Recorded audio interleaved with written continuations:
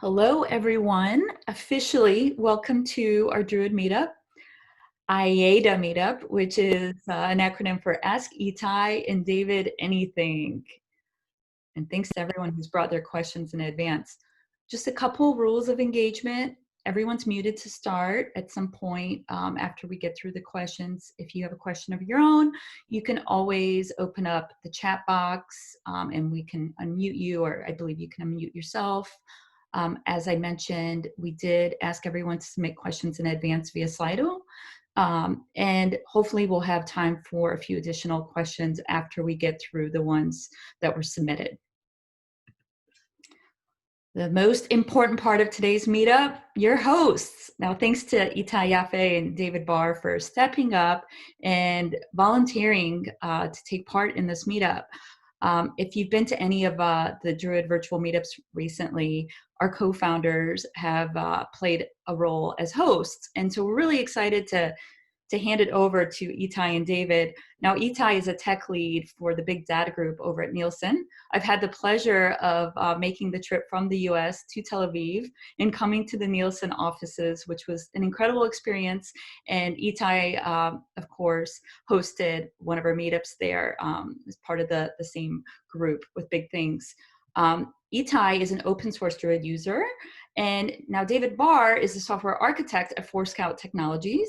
They are an Imply customer. So today we have the unique perspective of an open source Druid user and an Imply customer coming together to share their knowledge. Now, as a disclaimer, they say that they aren't official Druid experts, but they're just two passionate users and customers coming together, willing to share their knowledge with us today. And here we go with our questions from Slido. So I will be reading the questions and then Itai and David will be taking them on. From what I understand, some of them will be answered by one of them individually based on their knowledge, and others might be answered together. So for our first question today, are you using SQL to perform queries? And how was your experience with this? Yeah, I'll take this. Yes, SQL is the main way we perform queries with Druid. We're very happy to have good support for SQL in Druid. For us, it's a very intuitive way to express our queries. Most of it has been good. There have been some pain points. I would say mainly around the handling of multi-value columns, which is, well, it's sort of, it's not perfectly documented, and to be honest, it's not a standard SQL feature, but we did get some surprises there, some bugs in calcite that came to bite us, and other stuff like that. But generally speaking, we're very happy with having SQL and using it. Great. Okay, for our next question from Anonymous, what was the killer feature in Druid that made you choose it over other solutions? And what other solutions did you evaluate regarding that feature? Perhaps I'll let Itai start. I'll also have something to add later. Thanks, David. Yeah, so I think the killer feature, and David and I have discussed this in the past, but the killer feature in Druid is basically the ability to roll up the data. So you can ingest terabytes of daily data, and it aggregates it during ingestion time, which is very important. And then you end up with like gigabyte size of index files, which contain the aggregated data in 7 queries. This is a killer feature because it allowed us to do things like query the data. And in Nielsen, what we do is collect device level data from around the internet. And this feature allowed us to do queries like how many unique, and I will talk about unique in a minute, but how many unique devices were used by female interested in technology in the US, and get very, very fast response. Now we collect device level data from around the internet. We're talking about billions of devices. So having the ability to query all that data and get a millisecond response time was amazing. The addition to that was the ability to do approximate count distinct queries, the uniqueness that I mentioned. So we actually use the Theta Sketch extension for Druid, and it allows us to get very fast approximate count distinct queries, which if you're familiar with the count distinct problem, it's a very common yet very difficult problem to solve in databases. We actually used Elasticsearch in the past to not just to evaluate, but actually ran in production with Elasticsearch for years, doing the same thing up until a point where it wasn't scalable anymore. And then we went on a research and found out about Druid and Theta Sketch. And we've been using it for the last 4 years or so, and we're very happy with it. So that's the killer feature for me. And we'd love to get your perspective, David. Yeah. So I'll say that, well, our situation was very similar.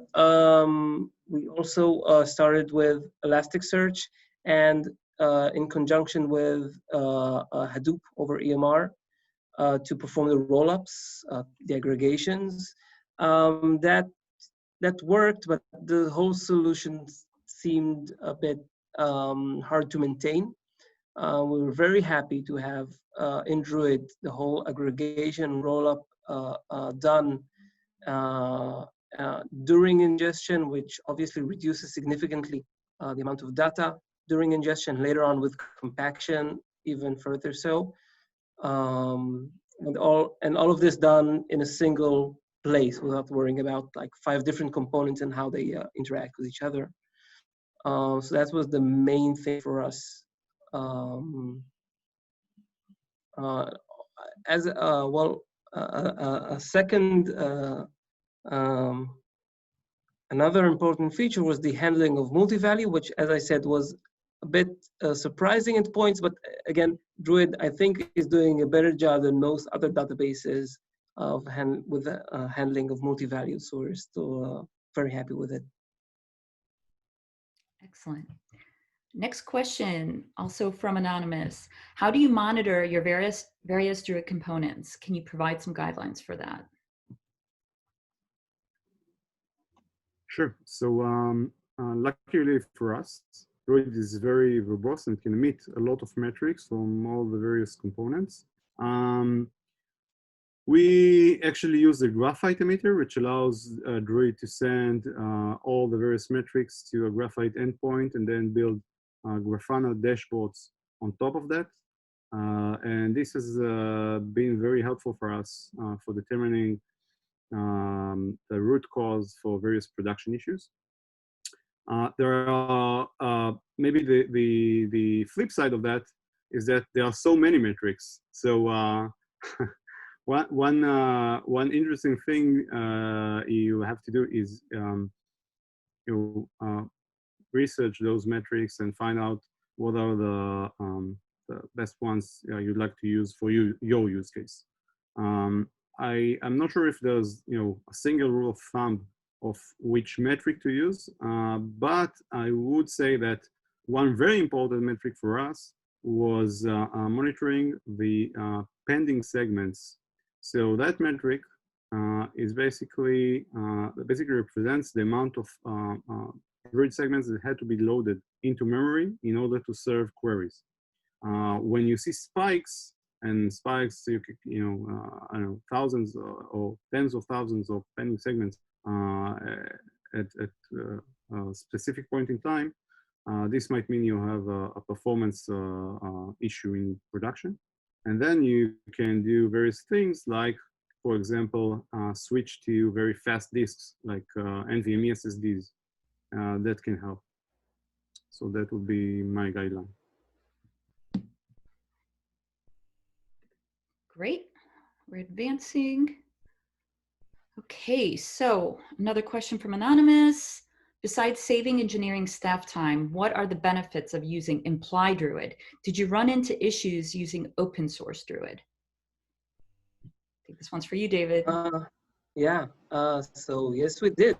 we did encounter quite a few issues with open source Druid, functionality issues, performance issues, and in addition to those, which Imply were very helpful in pinpointing the problem and solving it and providing a quick fix for the problems. And as far as I know, the fixes they did also go to the mainstream community Druid version.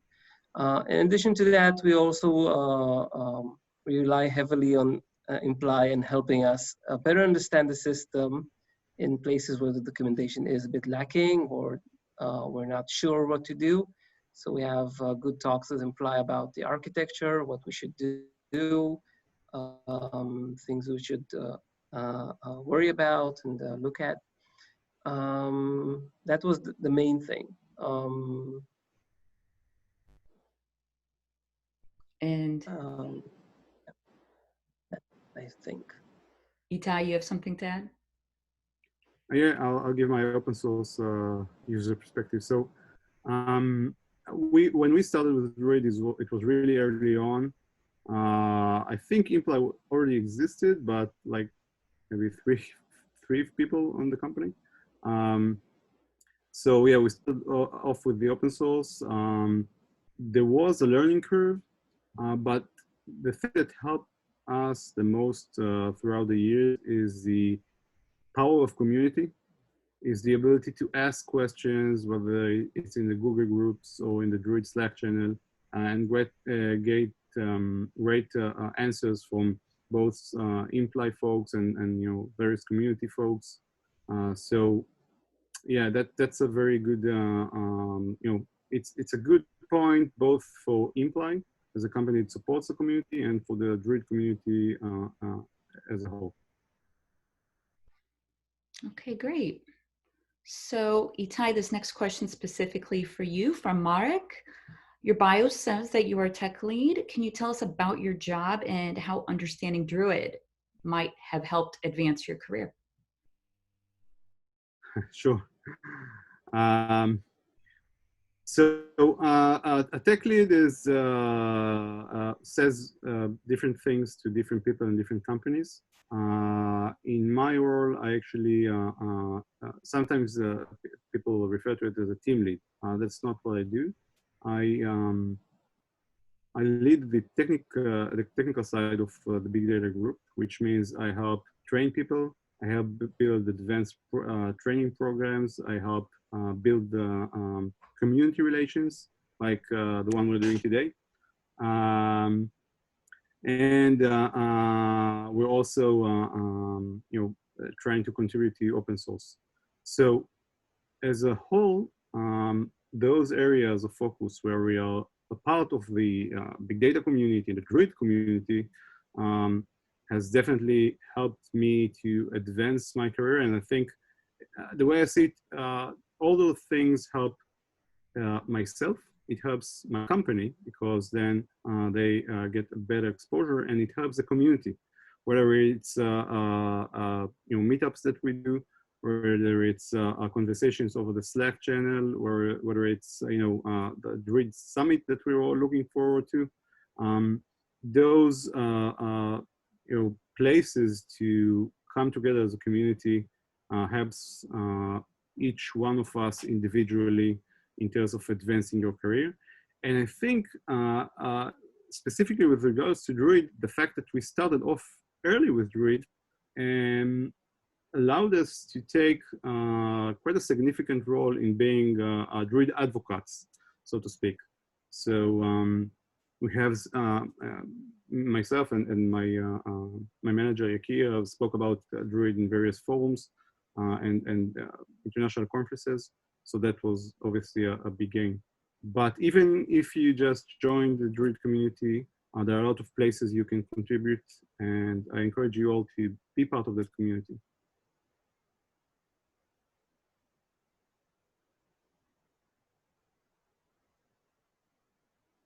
You're on mute, Tina.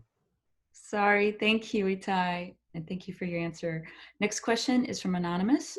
What kind of data ingestion do you use? If it is Kafka, what is your ingestion rate? And do you have any tips for speeding up Kafka indexing?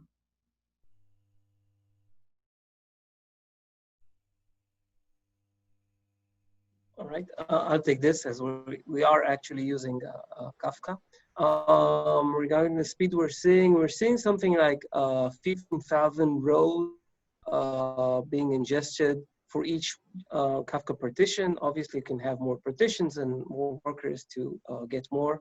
We'll be happy to have higher performance numbers, but those numbers we can live with them as long as we have good horizontal scalability, which we do.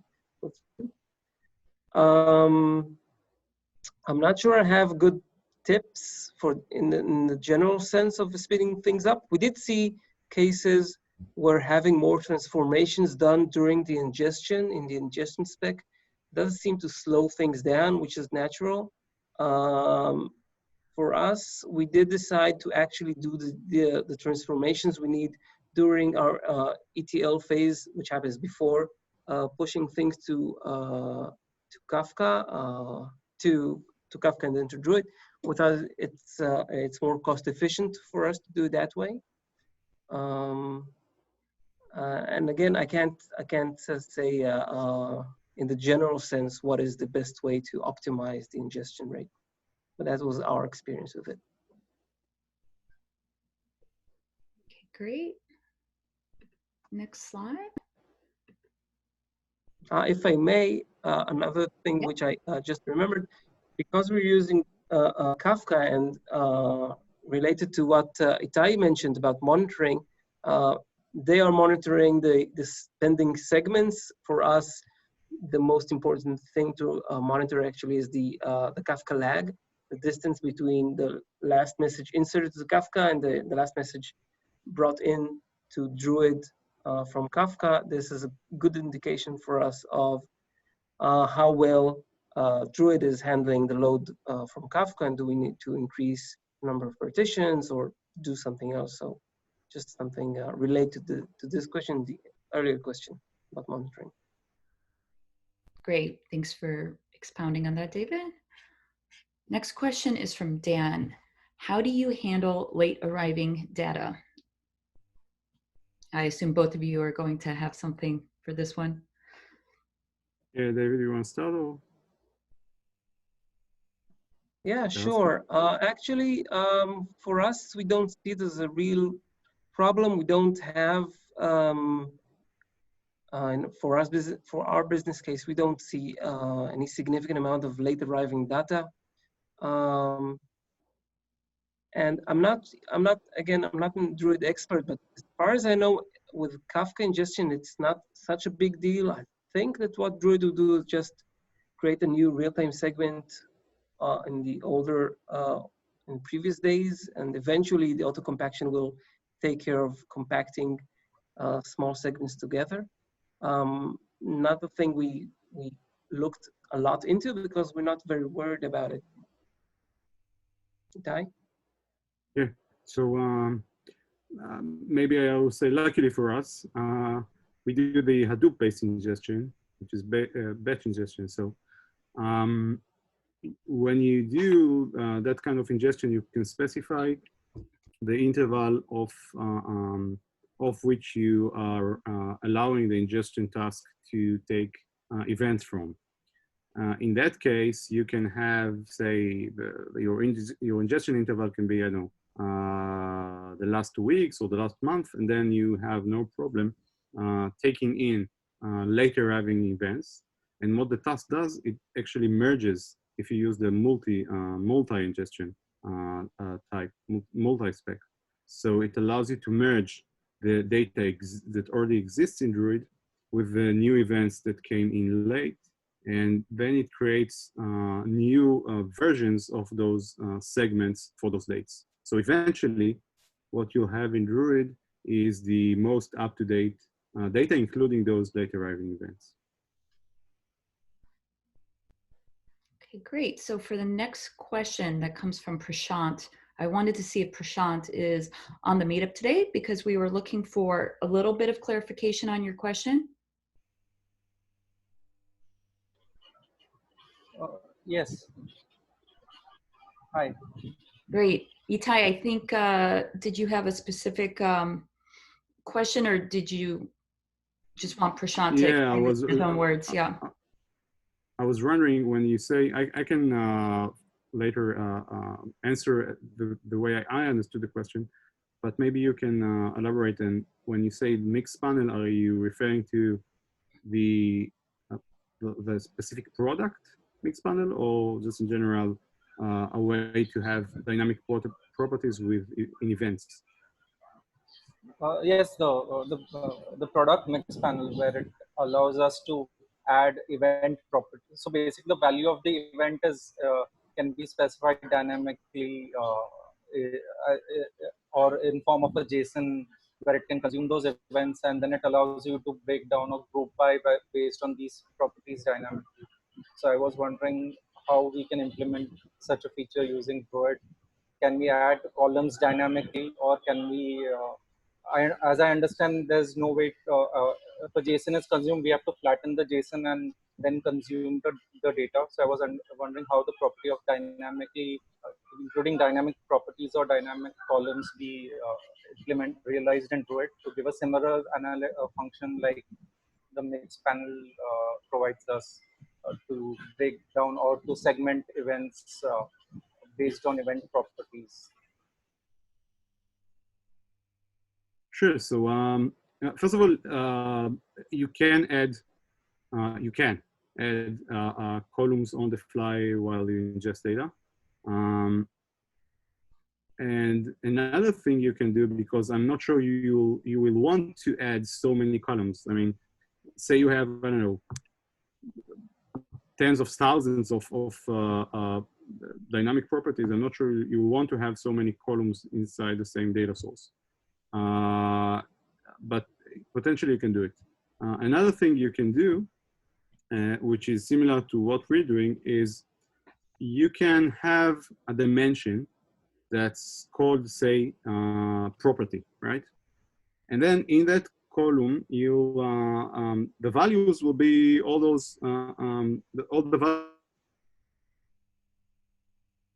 So that means to simplify things, you have one record per time period for a combination of time period and a value of the property.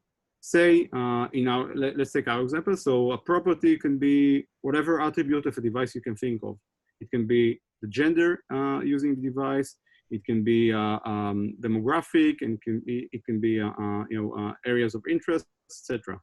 I mentioned earlier the queries that we do against Druid are things like how many unique devices are used by female from US that are interested in technology. The way we achieve it is female is a value in that attribute column. And same goes to US, same goes to technology interest. And then what we do is we use Theta Sketch to intersect on query time all those three records. So then you end up with a single result that tells you how many unique devices fulfill all those three criteria, or in your case, all those values of the properties. Does that make sense? Yes, I think I have some idea on how to look at it. In some sense, we need to identify all the queries that belong to the same transaction, and by identifying that either by time or some other property, we will be able to group them.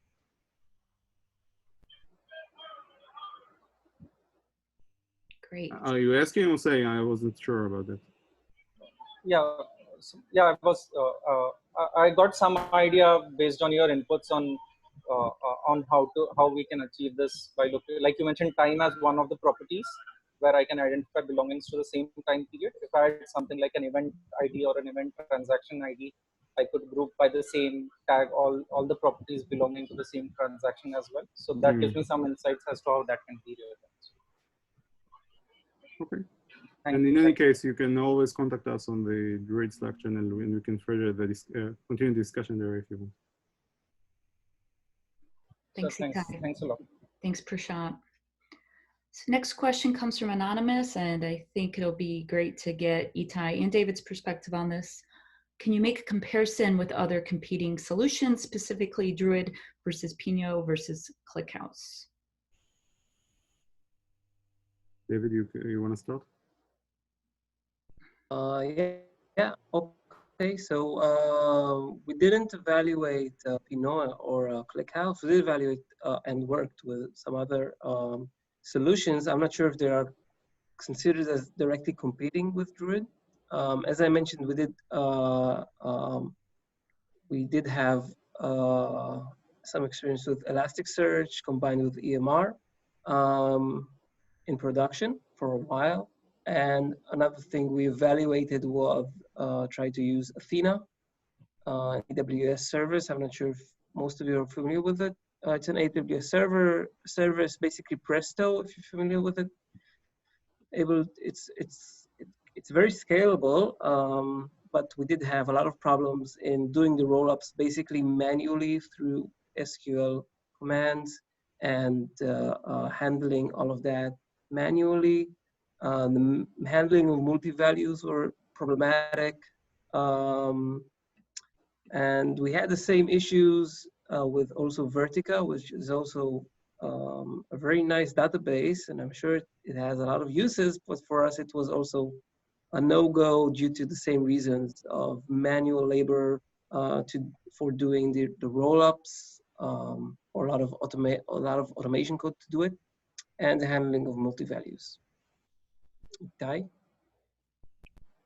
Sure. So two things here. So we have evaluated Clickhouse a few years ago for a specific use case, in addition and not as a replacement for Druid. Back then, and again, I want to highlight that it's been a while, but back then, the problem in our perspective with Clickhouse was the community, or sort of the lack of it. Not much documentation or online resources in English and things like that. So that kind of pushed us back from using Clickhouse. And we have gone with implementing that specific use case within Druid, and it works quite well. The other thing I wanted to mention, and that's a bit more recent, is last year I led a roundtable in Big Data Tech Warsaw, exactly on the topic of fast OLAP queries, Druid versus Pinot versus Clickhouse. I play the Druid advocate there, and there were other folks more experienced with Pinot and Clickhouse. And from that specific roundtable, it sounded like things have changed quite significantly in the recent years, and both Pinot and definitely Clickhouse have evolved. So yeah, I guess it's worth checking them out. However, I think that, at least in my perspective, and I mentioned it earlier, the power of the Druid community and the power of the product itself is so appealing to us that we just never look back, basically. Awesome. Thank you, Itai. Hold on. Last page of questions here. This is from Raul. How do you know which node is the bottleneck? Broker historical so that you can scale that node. And what metrics are you guys monitoring?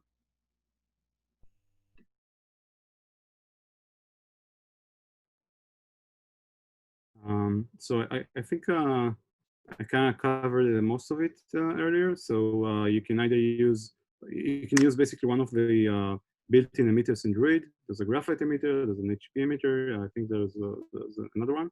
So you can define which metrics, because there are many of them. You can define which metrics Druid will emit to that endpoint.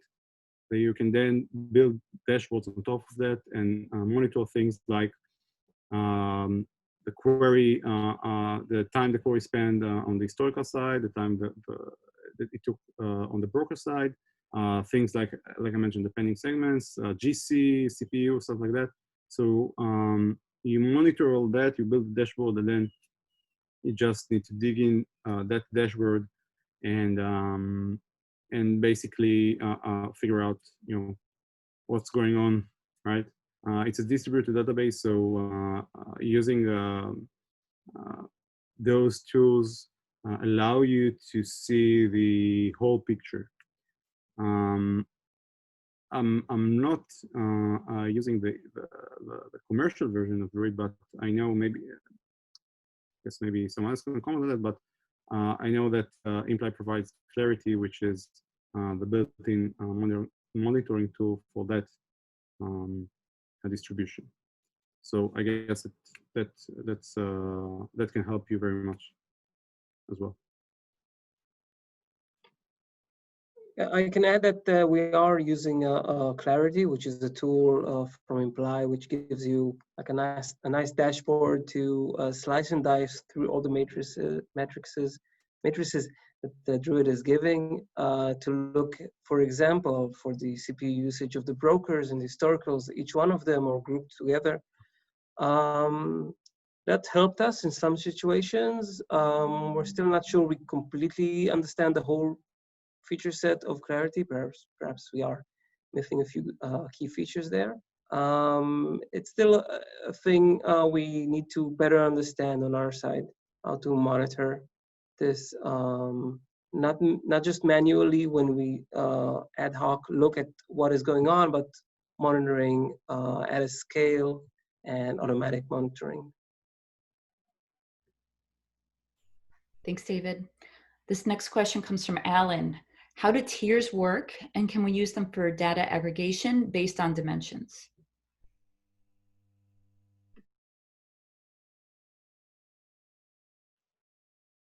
David, do you want to take it? Should I? I'm not sure what to say. I'm not sure if he's talking about tiers feature that or the laning. It's not something we do. It's not relevant for our business case. I don't have a lot to add here. Okay, I can just guesstimate here and referring to the tiers as they're referred in Druid. So you can have various tiers in Druid. So for example, dividing your data into cold data, which is historic, very old data, and hot data, which is the more recent data where you'll probably query, and you can place the data on those tiers on different machines. So for the cold tier, you can have like cheap machines with slower disks and maybe stuff like that. And for the hot data, which is more recent and more frequently queried, you have stronger machines, faster disks, etc. In terms of can you use them for data aggregation based on dimensions, I'm not sure that's. I mean, you can use them for aggregating data based on time, as I mentioned. So you have the more recent data on the hot tier and the less recent data on the cold tier. But I think these questions and the next one, coming from the same person, are also connected. So as far as I know, there's no automatic aggregation based on dimensions, like not aggregation, but let's say after the data already resides in Druid, there's no automatic process that takes all the data and further aggregates it. Okay, you'll have to do run a batch ingestion task or something like that to do further aggregation. So maybe change your granularity from say 1 day to 1 month for the old data. I hope that somehow answers the question, Ellen, if you're present. Yes, Alan, if you're on, please feel free to unmute yourself and clarify if you need. Yes, absolutely. Thanks. Thank you very much. I'm kind of new to the Druid community, so I apologize if these questions are a little bit. It's just what I've kind of understood. Yeah. Okay. So no, I think I was just trying to find a way of if we ingest. So we ingest in say 20,000. We use it for net flow. So 20,000 or 30,000 flows per second. We have to aggregate that data quite quickly in order to be able to query that data. So the question was really around: does Druid have any sort of aggregation functions that we can reduce the number of rows that we're getting. So in like a sort of a week span, our database is up to about 7 billion rows in Druid. You know, if we can kind of reduce that somehow to get the queries quicker, was really my kind of question. But I think you guys answered it. So thanks. Great, thank you, Alan. Awesome. So the next question is also, I'm guessing it's the same one or similar. Right. I think you addressed that, Itai, or did you want to delve deeper into this one? How do you configure? I don't think I have any additional any insight here. Okay, thank you. So now we're opening it up to any live questions. Yes, we're staying calm. And go ahead and ask Itai and David anything that hasn't been addressed. You can unmute yourself at this time or enter it into the chat box. Hey, David. So the comparison you gave with the Elasticsearch is especially with the multi-values and the automatic roll-up, right? Can you talk a little more on it?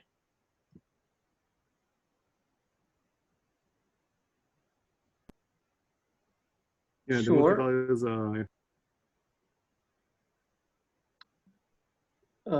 Siva, do you want me to talk about, again, which part? The how we handle the multi-value or? The roll-ups. So I mentioned briefly earlier that a previous solution had roll-ups which occurred periodically, which basically did a roll-up of the data using Hadoop and EMR, and then pushed the rolled up data back into Elasticsearch was the place where the actual queries occurred. Mm-hmm. Again, that worked, but we didn't feel it was a holistic solution. We also saw issues of pushing a lot of data back into Elasticsearch. Needs some careful planning of how to not overwhelm Elasticsearch and not cause other problems in Elasticsearch. This does not happen in Druid. Does that answer your question, Siva? Yes. I think for the roll-ups, I thought we were reading from S3 and not putting any load on the Elasticsearch, isn't it? Well, proper disclaimer, Siva is actually a colleague of mine from ForeScout. So yes, in some of the cases that was true, but still we had to push a lot of data back into Elasticsearch, and for other cases, which I think we should take this offline, Okay. actually data was read from Elasticsearch. Okay, got it. Thanks. I would like to add, just to continue this interesting conversation, that one of the things that we personally really liked about Druid, and David and I briefly discussed it in one of the previous questions, is the fact that all the rollup is taking place during ingestion time.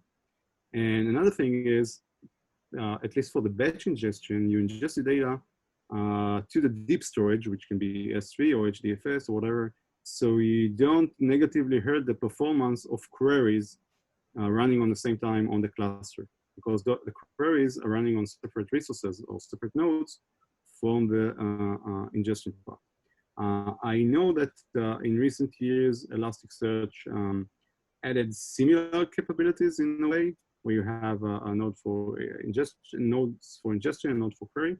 But that wasn't the case when we started with it. And I think that this decoupling of the architecture is really a powerful thing in Druid. The fact that you can ingest, and we're talking about, like, terabytes. I imagine that a lot of terabytes of data per day into the cluster without impacting the queries significantly. So queries can still benefit from the sub-second performance while you ingest your data on a periodic basis. Okay, thank you. Does anyone else have a question for Itai or David?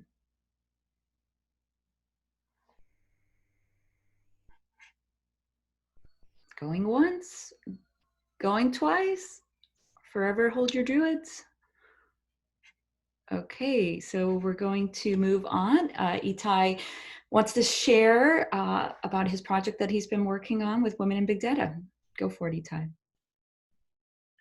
Thanks. So this is one thing I deeply care about, and I try to finish all my talks with this slide. So Women in Big Data is a worldwide program that aims to inspire, connect, grow and champion the success of women in the big data and analytics field. We have over 20 chapters and 14,000 members worldwide. And basically everyone can join regardless of gender, as you can see. We really encourage you to just log into this website, to the Women in the Big Data website, find a chapter near you. We actually launched the Israeli chapter of Women in Big Data a year ago, but there are still places out there that can use help either launching new chapters or joining existing chapters. So really encourage everyone to take part in this important initiative. And we will be happy to see the Women in Big Data community grows hand in hand with the Druid community. Thanks. Awesome. I'll need to see if there's a chapter in St. Louis. And I'm happy to help if you ever need anything, Itai. Cool. So if you want to keep in touch with Itai and David, you can contact them via their LinkedIn, or I know Itai is really active on Twitter, so you can reach out to him there. Of course, ASF Slack is also an option. I just wanted to say thanks so much to both of you for volunteering to do this. This is the first time we've had members from our community who are users and customers take on an AMA, and I think everyone agrees that you did an awesome job, and we hope to see you back here again. Also a little bit about me, since I think I skipped the intro earlier. My name is Yelena Zenko. I'm a community manager. I work for Imply. If you ever have any questions for us at Imply, you can always send an email to community@imply.io. You can also follow Druid on Twitter. It's a really nice and easy handle, Druid.io. You can join the community via this link here and find out about other meetup events as well. We have meetup chapters all over the world, and we'd love for you to join us. And then also we do have free training, which is hosted by Imply. So feel free to check out Druid University anytime. And I believe that's it for today. Again, thank you for joining us. I hope you guys had a great time, and we will be definitely doing this again. And thanks to the community for coming and bringing your questions. We appreciate it, and we'll see you next time. Thank you, everyone, and feel free to reach out on the various channels, and let's stay in touch, as the slide says. Definitely.